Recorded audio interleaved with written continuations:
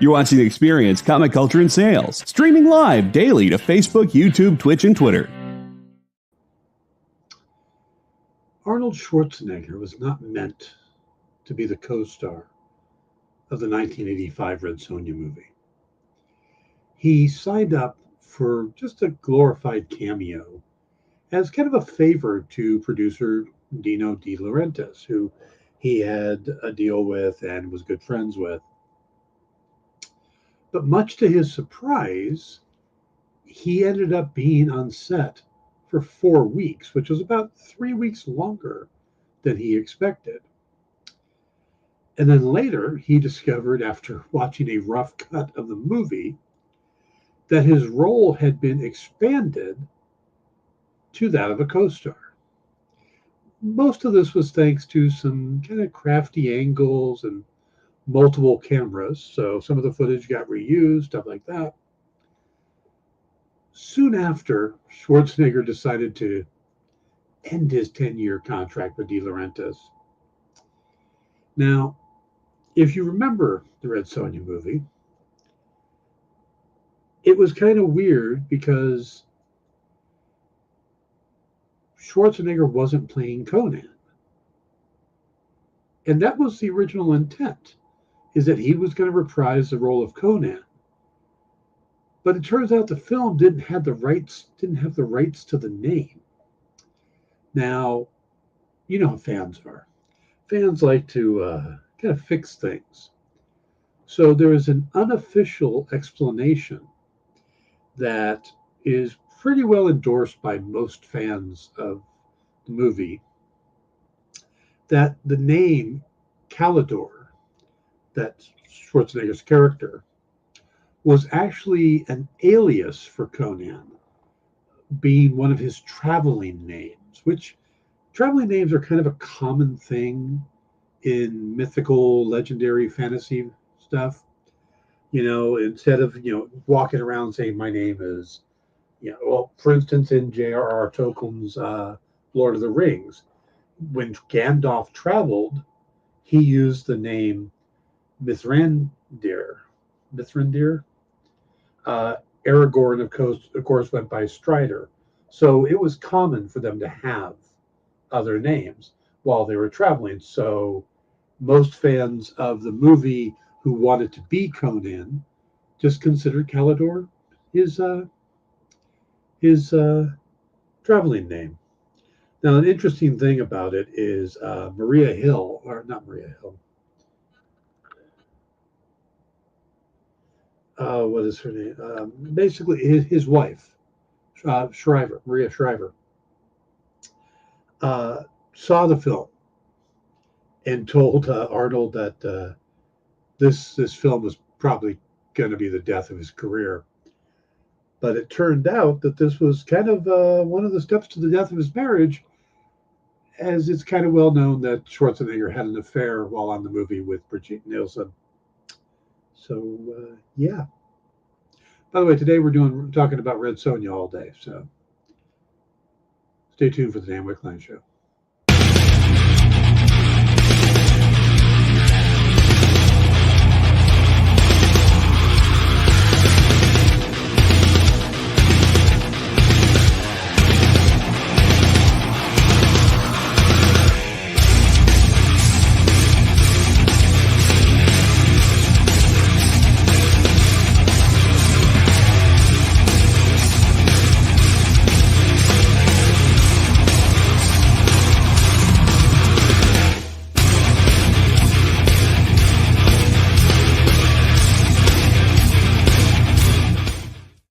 Good afternoon, everybody, and welcome to the Dan Wickline Show here on The Experience. We have a great lineup today following this. Now, not immediately following, Comics Collectibles is just on Wednesdays doing 1 hour, 7 p.m. Eastern, 4 p.m. Pacific, so stay tuned for that. Then, of course, we have Talk and Treat Trivia, which has Jonathan Hedrick from Recount, and he's got this new project called Spill. Okay, I don't remember the name. He's got a new Kickstarter he's talking about. And then we have Mint Hunter. So We got a pretty good lineup here. You want to stick around for all that. Hello to Triple B. Excited for the topic. Cool. Speaking of cool gamers here, Ed is here. Yeah, Frodo did travel under the name of Underhill. That's right. So, fans will come up with answers like that. As we talked about yesterday, we won't be doing coverage of TV and movies, so we're filling it in with some interesting stuff. I did get a chance to watch the show we've been talking about, Secret Invasion, and if you guys have questions for me, I will answer them, but I'm not going to do a show specifically about it. So, though I do have a comment, if you have seen it, or when you see it, there's a moment that we see that Nick Fury has a set of hidey holes that he keeps things in. And all I could think of through the scene is, you could have put all that stuff in one. You didn't need three. But that'll make sense when you watch the episode. We're going to do a little bit of news, and then we're going to get right to the topic of Red Sonja. So just a couple of bits of news. Last night,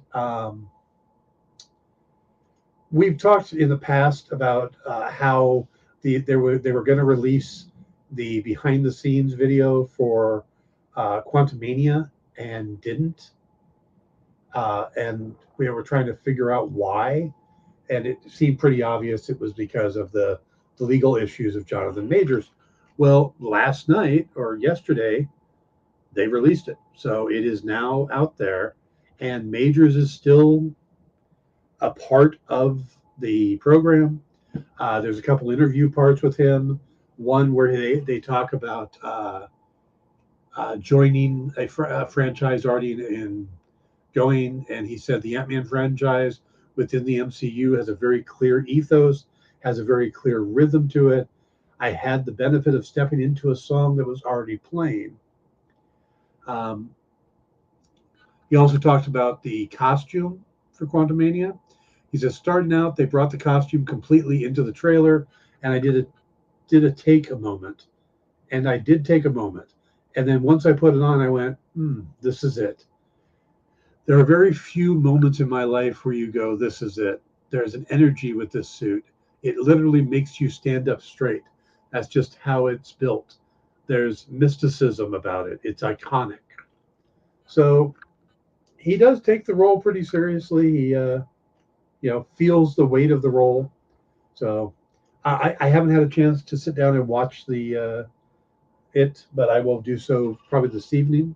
So, in other news, John Boyega, who has seemed kind of adamant that he was done with the Star Wars franchise, that he want nothing to do with it going forward. Well, I think now that time has kind of moved past the films, he's, and also the recent announcement that Daisy Ridley is coming back, he's kind of softened up on the idea. And in a recent interview, he told Tech Radar that those original comments were a few years ago. So they were the subject of that particular project, but I'm open to all characters and scripts that are enjoyable, have a great cast attached, and a terrific director. So yeah, I'm open to all opportunities. So that's a pretty non-hedging way of saying, yeah, I'll come back. If you want me and it's going to be good money and we're going to have fun, I will definitely come back. So something to keep in mind.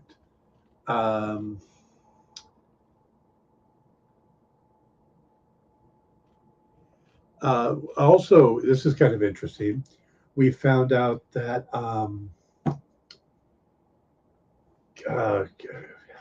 Haley Steinfeld was Ant-Man's restart. Okay, when they were putting together Ant-Man 3 and looking to replace Ant-Man's daughter, Haley Steinfeld actually auditioned for it and ended up losing it out to Catherine Newton. Then she went on to be, or is it the other way around? Oh, I'm sorry. I'm getting this back. I'm picking up this news because it just came in. It was Catherine Newton who took over the role of Scott's daughter in Ant-Man, tested to play Kate Bishop, and there is a release of a screen test out there of her performing as Kate Bishop. So it's kind of interesting. So Catherine Newton could have been Kate Bishop, but it went to Haley Steinfeld. And the final bit of news I've got for today has to do with James Gunn. And a lot of people are talking about the introduction of all these characters. And, is he basically shoving a bunch of backdoor movie pilots into the Superman movie? And his response was, I have never used one movie to set up another movie. The characters are there because they help tell Superman's story better, not so we can set up separate projects in the franchise. Superman and Lois are the very clear protagonists. The primary story most definitely revolves around Superman and Lois. So, Cassie, thank you, Jay. So, yeah, Cassie, just because they're starting to add in a bunch of characters, there's a rumor going around now that I've seen no confirmation of, but that maybe John Mulaney is going to play Plastic Man. I think that's a fan cast. But we've got Metamorpho, we've got Hawkgirl, we've got Mr. Terrific, and we've got Guy Gardner already. So there's still talk of the Authority being in there. So, yeah. Let's see. My agent said that I am open to all dump trucks full of cash. Yes, exactly, JD. So, all right. Since we are talking Red Sonja today, one of the things I wanted to talk about was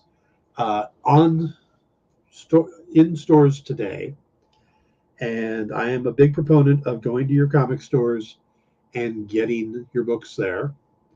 If you don't know where your local comic shop is, you can always go to comicshoplocator.com, put in the zip code of where you are or where you're going to be. If you're traveling or you want to see if there's one by your work or something like that, just put in the zip code of wherever you want to see, and they will tell you the nearest comic book shop. It's always a good idea to call, though, just to verify that they're open, because sometimes hours change and it might take a while to get updated. But check out Comic Shop Locator if you don't have a local comic shop. But it says it has to get irritating for Gunn to deal with these types of questions and critiques 2 years before his movie even comes out. It is. That's got to be absolutely crazy for him. Just all the BS he has to deal with based on movies he had nothing to do with. So I wanted to talk about last night, Jay and I on our show, we reviewed the new episode or new series of Red Sonja. And if you follow us on In Stores this week, you'll know we've read a lot of Red Sonja, and we've read a lot of Vampirella and a lot of what Dynamite does. And part of that's because they send us the books to review, so that does help. But the characters have kind of, I don't know, I feel like with both those characters, they've kind of taken them outside of the comfort zone. They've done a lot of strange stuff. And sometimes it works. There was I think it was a Dan Abnett series where Sonja was kind of tied to Arthurian legend. It brought in a lot of the Arthurian legend characters. And there was another one by Jimmy Palmiotti and Amanda Connor that really felt like an old Conan story. But others, they get kind of out there, like Sonya Versal, where suddenly there's a bunch of different Sonyas, and there's one from the future, and one that carries guns, and one that's kind of a cyberpunk, and or where she ties into the Project Superpower stuff. So, um, so I've been kind of getting leery on some of the Red Sonja books, but they announced a new one that came out today, a new #1, and it's written by, and I hope I get her name right, Torun Robeck, a writer who's worked a lot with Jonathan Hickman. She's taken over this, and if you look in the comments, Ed talks about the announcement that Dynamite is going to be doing Nightmare Before Christmas comics. Yeah, so, but Torun Robeck will also be writing those, or at least the first round of those. So, yeah, that's a pretty big announcement for a lot of people. I know some people that I'm going to be able to get into comics that haven't read comics before. But so talking about the book, the new Red Sonja series. Now, this is the 50th anniversary of Red Sonja. She was created in 1973. It's 2023. So they brought in Torun, but they brought back Walter Giovanni. Walter is got to be one of the longest running artists on Red Sonja. I mean, he's up there with maybe Mel Ruby and Frank Thorne as having drawn the character more than anybody else. And I'm not even sure which one is which. Who's done more. But Walter did the run with Gail Simone, and has also come back, worked with Luke Lieberman and a bunch of other people, and now he's working with Torun. And this was really a nice read. Now, there was a Free Comic Day book that came out that was kind of the 0 issue, and then we got the first issue. And you don't know, if you didn't read the 0 issue, you're okay. There's only one reference to it, and they kind of, they catch you up really quickly. So you don't need the 0 if you can't find it. But this feels like an old Conan story or a Conan comic. And it feels refreshingly simple in a way. And I say that because Red Sonja is one of those characters, and Vampirella is another one, that I really like the character to be self-contained. I don't want it to have to, when I'm reading the story, I don't want to have to reference back to all these different series and all these different things. The character should be easy to jump in and follow. Sword and sorcery books should be like that. And I think they did a really good job here giving us the character and letting us roll with it. So I am recommending the book. There is an absolute ton of covers for this, though. And I know that for some people, when you see a book that has an exorbitant number of covers, it's a little annoying. But my attitude about multiple covers is it going to keep the publisher in business? Okay. Do I need to buy more than one? No. Then it's not really anything on me. If I want to go out and pick up the first issue right now, I can go look, see what covers they have, and pick the one I like the best and walk out.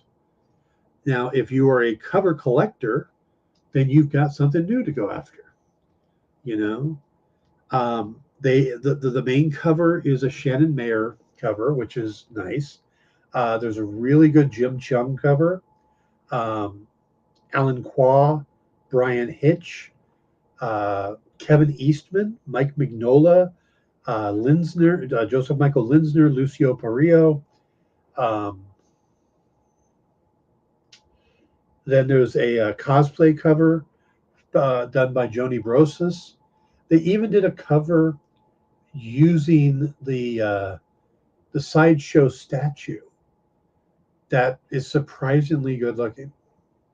I mean, it's a pretty strong cover. So there's a lot of good covers on this, but it's a good story and it's a good jumping in point. And I'm hoping, beyond hope, that they're going to kind of let this book breathe. It's supposed to be the new ongoing. It's not supposed to be a miniseries. It doesn't have a subtitle. It's like the 7th volume. But so if you're at the shop, check it out. But they did announce today also that there's going to be, because it's the 50th anniversary, there's going to be a second Red Sonja series called Savage Red Sonja. And that's going to come from Dan Panosian, who I think is writing it and doing covers.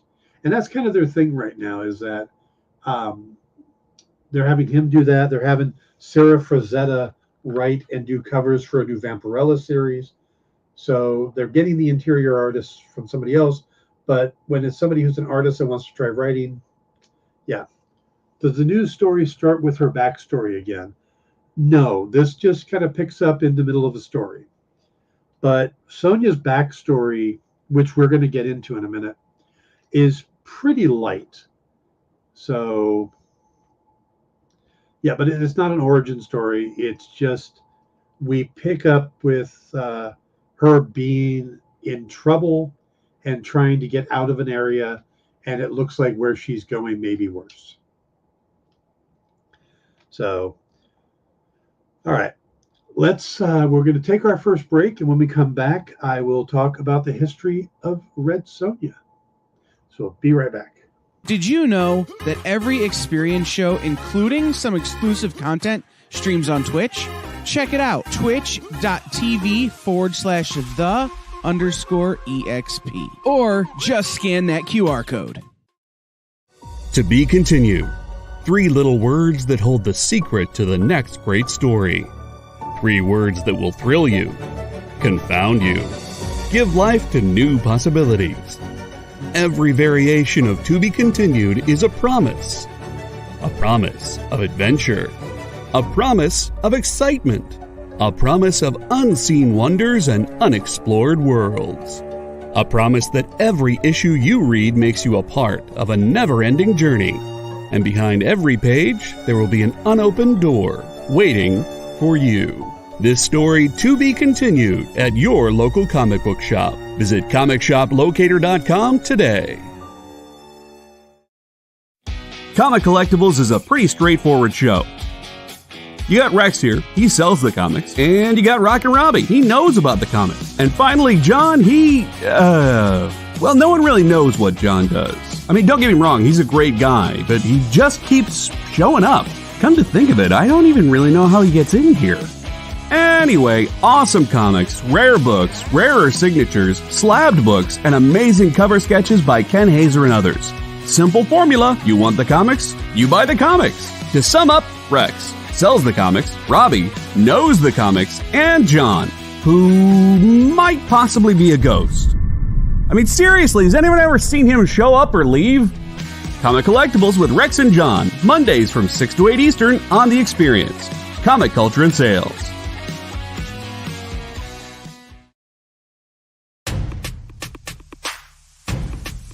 Go follow The Experience on TikTok at @the_EXP1 or scan the QR code on the screen. Our TikTok is like everywhere else we are, except you only have to deal with us for a minute. Seems like a win-win to me.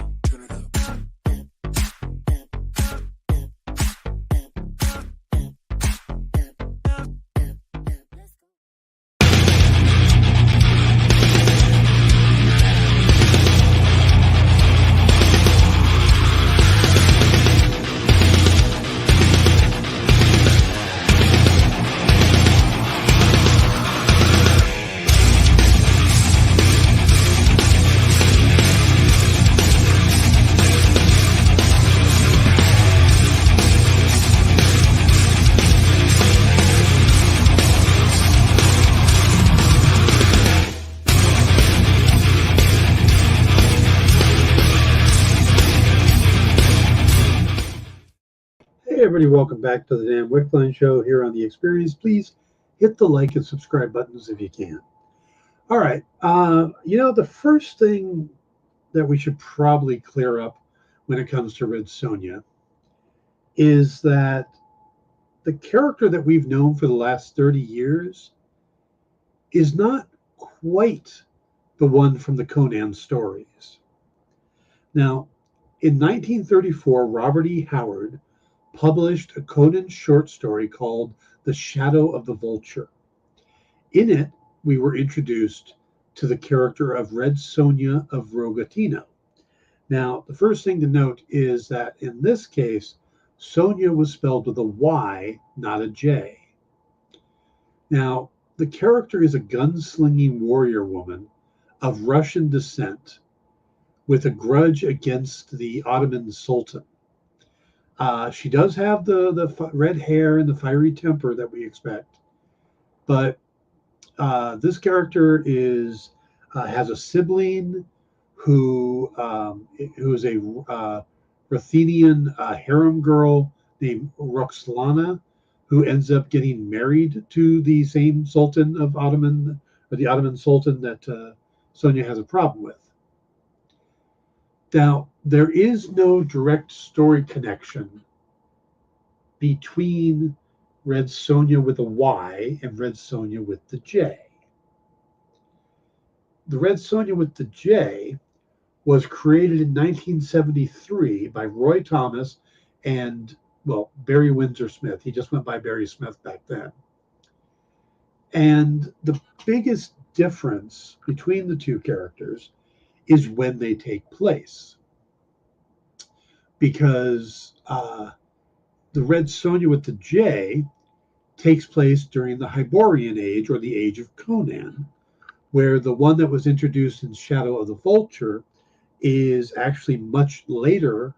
Again, the fact that she's carrying guns, like the 16th century, and would not be in the Age of Conan.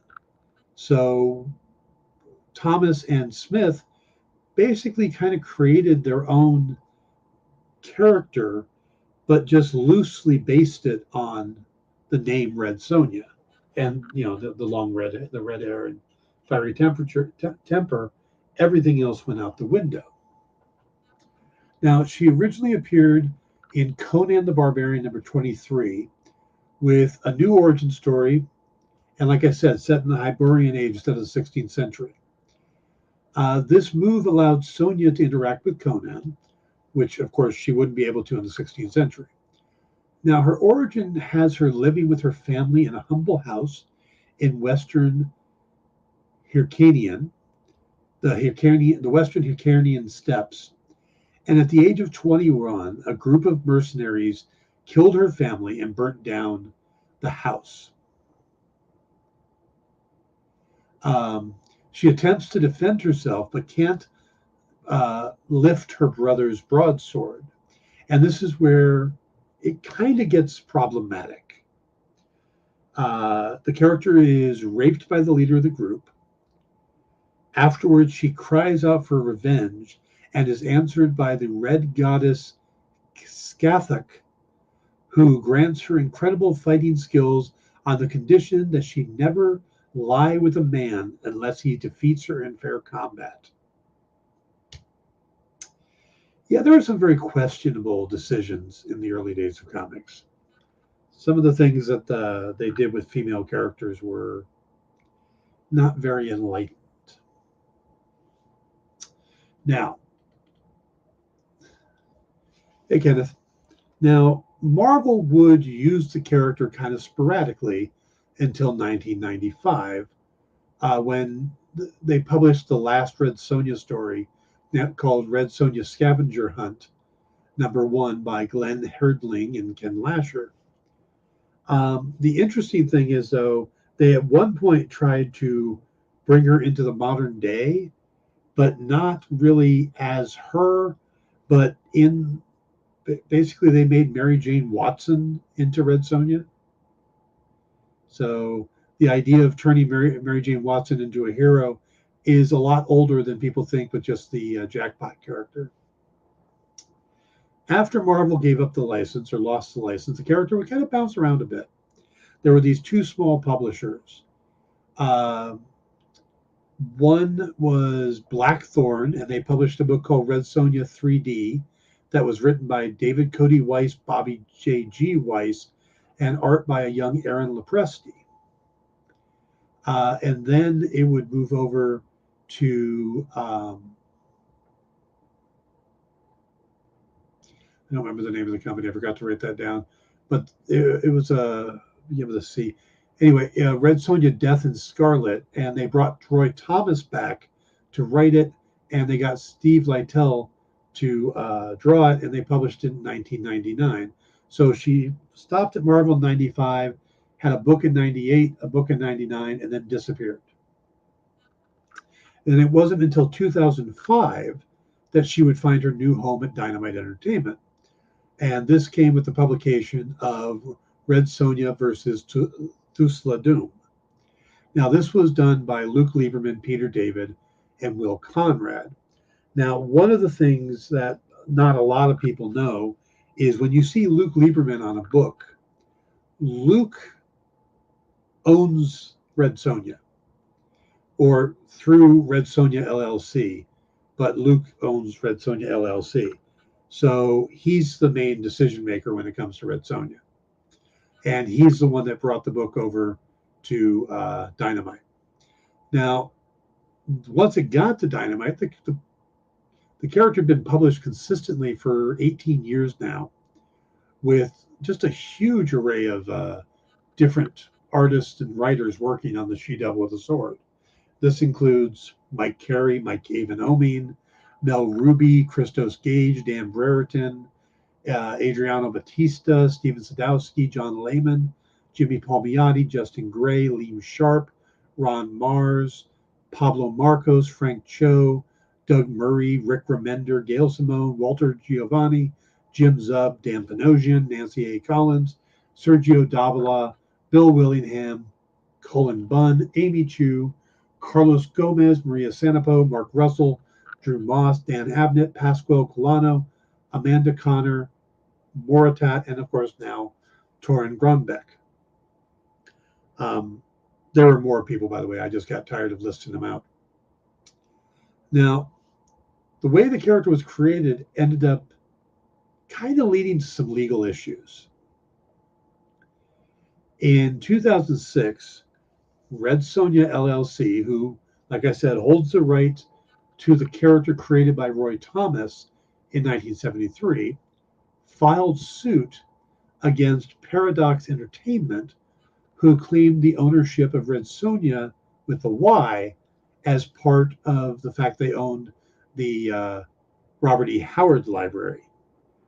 And this, of course, all went to federal court.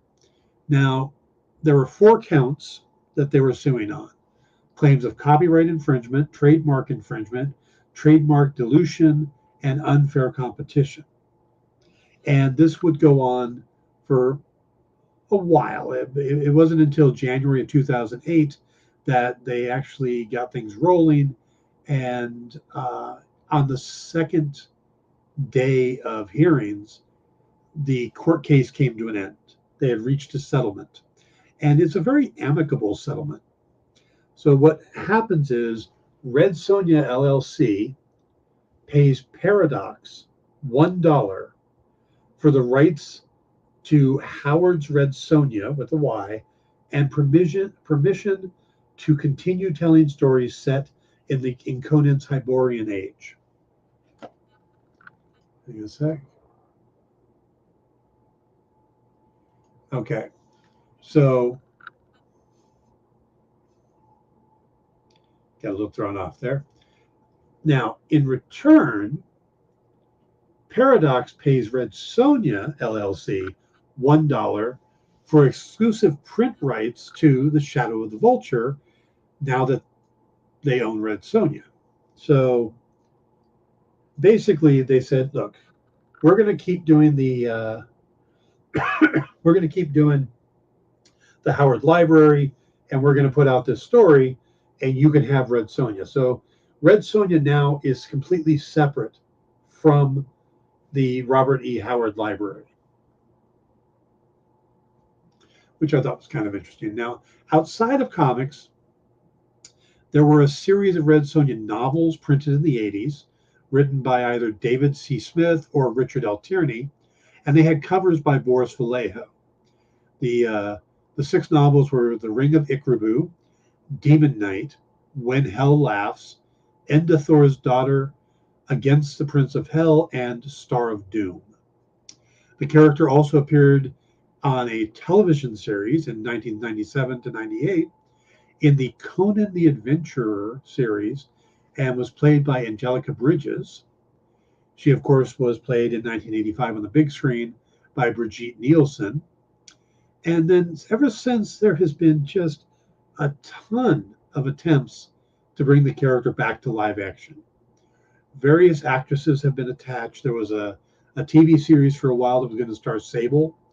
Rose McGowan was attached to a project for a while. Amber Heard, Hannon John Kamen. The most recent attempt, which is still going on, is by Millennium Media and is said to have started production back in August of 2022, and with Matilda Lutz starring.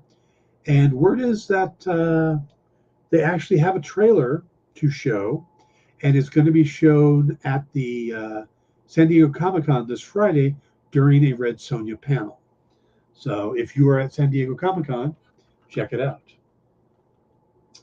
Now in 1973, the Song of Red Sonja from Conan the Barbarian number 24 won the Academy of Comic Book Arts Award for Best Individual Story, Dramatic. This issue was written by Roy Thomas and drawn, inked, and colored by Barry Windsor Smith. But 2 panels of this story were censored by the art director at the time, John Romita Sr. But those panels were then uncensored and reprinted in Marvel Treasury Edition number 15 in 1977. So just a heads up there. Oh, hey, Eternitine. Good to see you. Now, got a little bit more to cover here still. Dynamite's handling of the character has been a bit loose, with various continuities and crossover events having her appear in series with characters that really have nothing to do with the Hyborian Age. She's been part of Project Superpower's team along with Vampirella. She's fought zombies in Dynamite Lives, and even had a multiversal introduction, or multiversal Sonjas introduced in Sonjaversal. There was a time that Dynamite rebooted the series to line up with Marvel's continuity, and then it was rebooted again with Simone and Giovanni's run.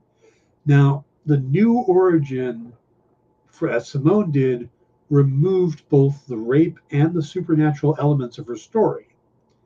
Here, her original name is revealed to be Sunjita rather than Sonia, and she was the daughter of the chief of a Hyrcanian village.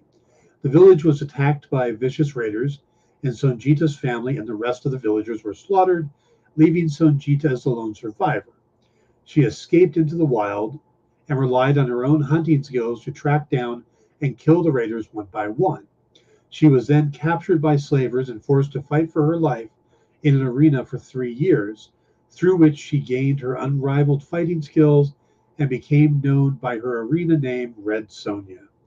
See, to me, that's a better origin. I'm glad that Simone made that change, because it takes out the problematic elements, but it also is more affirming. It's more relying on who she is rather than, oh, she got her powers because a goddess granted it to her. She earned what she does. She earned her name. And I like that a lot better. Now, there are 2 issues pertaining to the characters kind of got this depiction of sexuality tied to her. And of course, the first is the metal bikini, the chainmail bikini.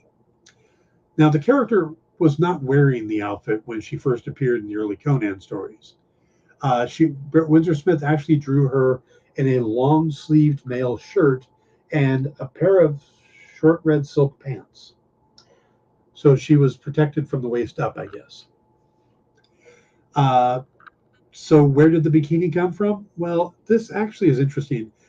And an artist named Esteban Morado sent in an uncommissioned illustration to Roy Thomas featuring this new design that was kind of in line with the other fantasy heroes that he was drawing in the 70s. Well, this image would get printed in Jim Steranko had a comic zine at the time called Comic Scene, and it's in number 5. And then it would kind of take on its life of its own. It got reprinted in Savage Sword of Conan number 1, Marvel Treasury edition 15, and then Morado was commissioned to draw her in the costume on a double-page spread for Savage Tales number 3. And she actually appeared in the costume in her solo adventure in Savage Sword of Conan number 1. John Buscema started using it when he drew her in the same, in Conan the Barbarians 43, 44, and 48. And she would be in that costume when Frank Thorne came on the book. And like I said, Thorne worked on the character for a long time, and I think he loved that costume. He was also one of the first people to get cosplayers to wear the costume. And his time on it started on Marvel Features number 2.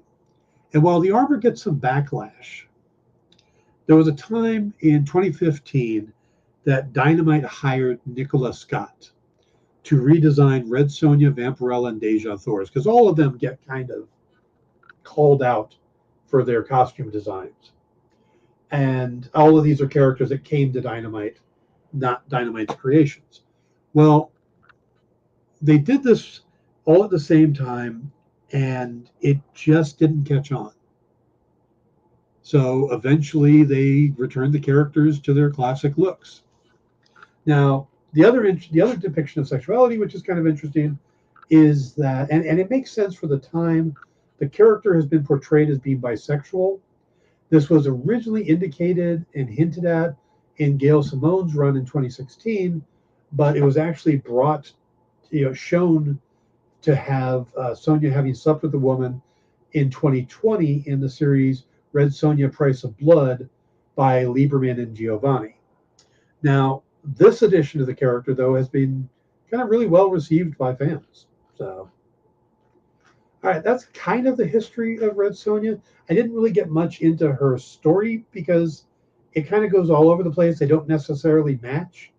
So how she got to where she is almost more interesting than the stories. But, there are some very good Red Sonja stories out there. All right, we're going to take a quick break, and we're going to come back, and we're going to hit some key Red Sonja collectibles. Be right back. Why was Princess Zelda sad after watching a bunch of YouTube videos? She couldn't find the link in the description. We'll stop if you subscribe to our YouTube channel. It's super easy. Click subscribe and click the bell when you do. And thanks for supporting the EXP.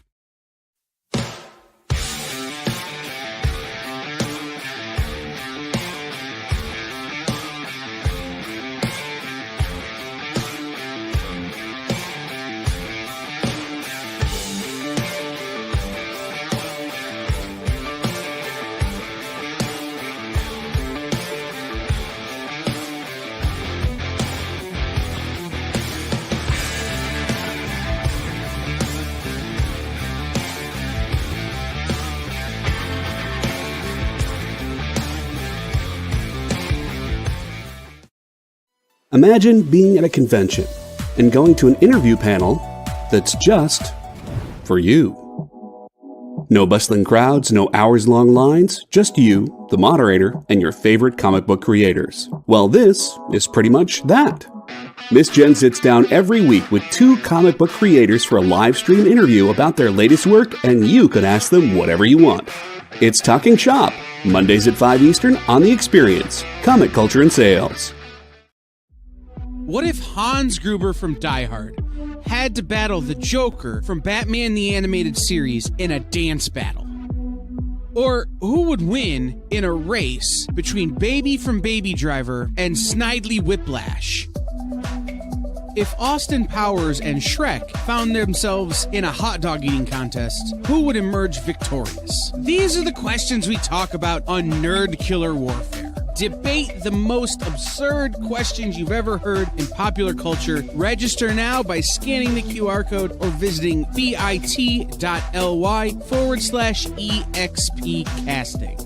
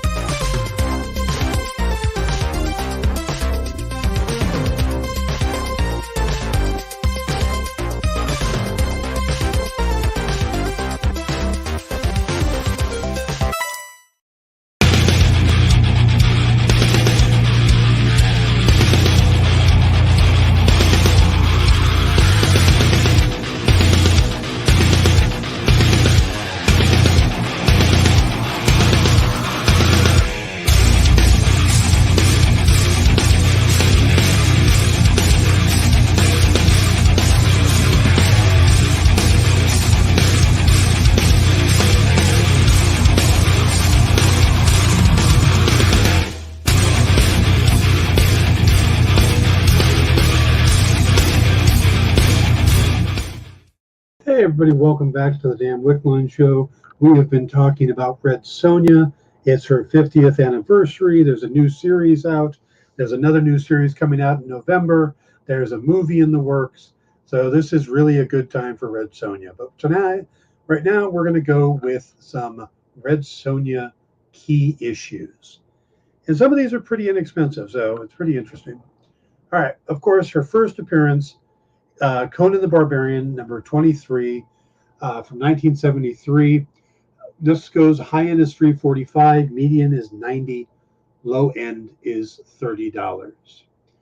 Then she showed up again on the cover for the first time. And as you can see, the red shorts and the chainmail top, this was how she was designed. This is her second appearance, first cover appearance. Conan the Barbarian, number 24, also from 73. This goes for $160. Median price is $55, low end is $15, and this is the song that this is the story that won the award for Marvel. So she would come back 10 issues later in Conan the Barbarian, number 33 in 1979. This would be her third appearance, and this goes for a high end of $12, median of $3, low end of $1. She would show up in her chainmail bikini for the first time in an actual story in Savage Sword of Conan number 1 from 1974. This one is pretty inexpensive if you can find it. High end is about $5, median is $3, low end's $1. So look for that. Also, Cole and the Barbarians. This was basically a collection of Robert E. Howard characters, including Red Sonja, Cole, Conan, and Solomon Kane. I wasn't done with that one yet, Jay or JD. This is the origin story of Red Sonja. High end is $20, median is $7, low end is $2. Okay. Then we go on to the first time she headlines her own series. This is Marvel Feature number 1 from 1975. High end is $35, median is $9, low end is $3. I think it's the Gil Kane cover. And then this is where Frank Thorne takes over the character and runs with it for a very long time. Now, Marvel Feature number 2 from 76, high end is $5, median is $2, low end is $1. Marvel Feature number 7, this is where Conan returns the favor and shows up in her book now. High end on this is $35, median is $9, low end is $3. And Red Sonja number 1 from 1977. This is a classic cover that we see a lot. I think Marvel or Dynamite has reprinted it.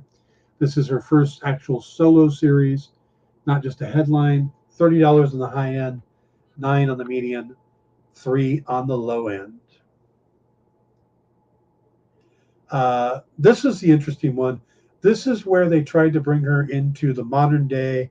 I think they used Tesla Doom And this was basically her in Mary Jane Watson's body, where Mary Jane Watson becomes Red Sonja. This is Marvel Team Up number 79 from 1979. High end is $25, median is $8, low end is $2. JD says, if you ever get a chance to watch the intensely terrible Solomon Kane movie, do it. It's an experience. That's not that old, right? That actually had Dark Horse involved with that some as well. I remember that. Yeah. I'm not sure Solomon Kane is really 2009. Okay.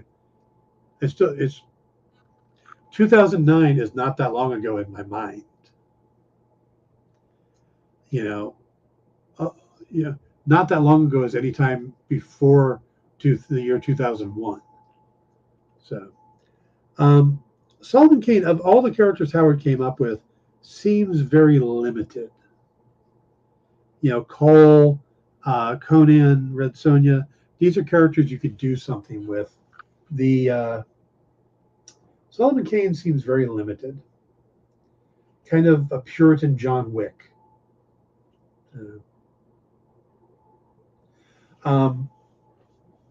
you guys get a chance to see the Conan movie with Jason Momoa? I actually liked that one quite a bit. I'm surprised how much I liked it. That most other people didn't. But I would like to have seen Momoa as Conan more. But instead, we get him as Aquaman. So, all right, guys. That's all the material I produced. Do you guys have any questions? Anything you'd like to know? I'm still really liking Secret Invasion. I cannot wait now for the final episode. I will tell you that there is a minor level cameo in the latest episode. Somebody that many of you will probably not even kind of figure out who he is, but he does tie into one of the Phase 4 movies. So that was kind of cool seeing, because I saw him pop up on the screen. I'm like, wait, isn't that? And then at 2 in the morning, I'm hitting IMDb to go, wait a minute, is that guy? Yeah, I think it is. So, I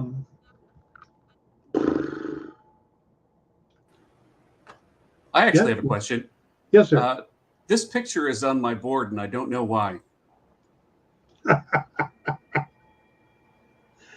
Ed sent that in. That is a crocheted hat that I think he wants me to try to make.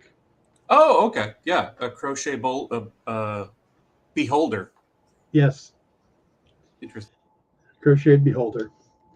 So, mind you, I could definitely do the hat part of it. I have to figure out how to do the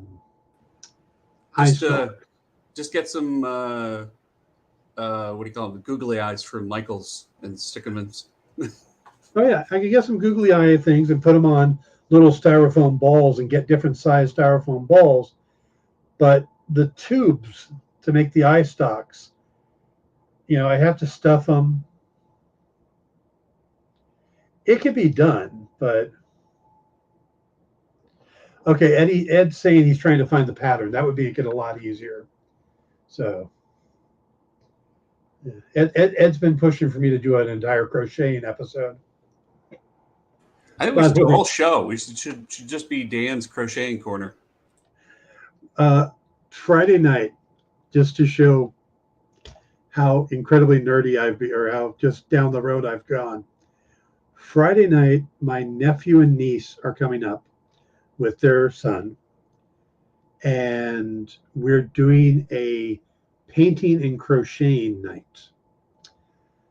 My nephew is getting into Warhammer, so him, his brother, and a few other people we're going to have over, and we're going to be painting miniatures.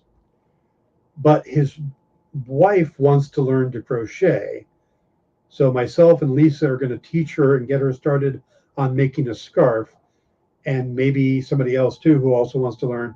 So I'm going to be like painting miniatures and crocheting all Friday night.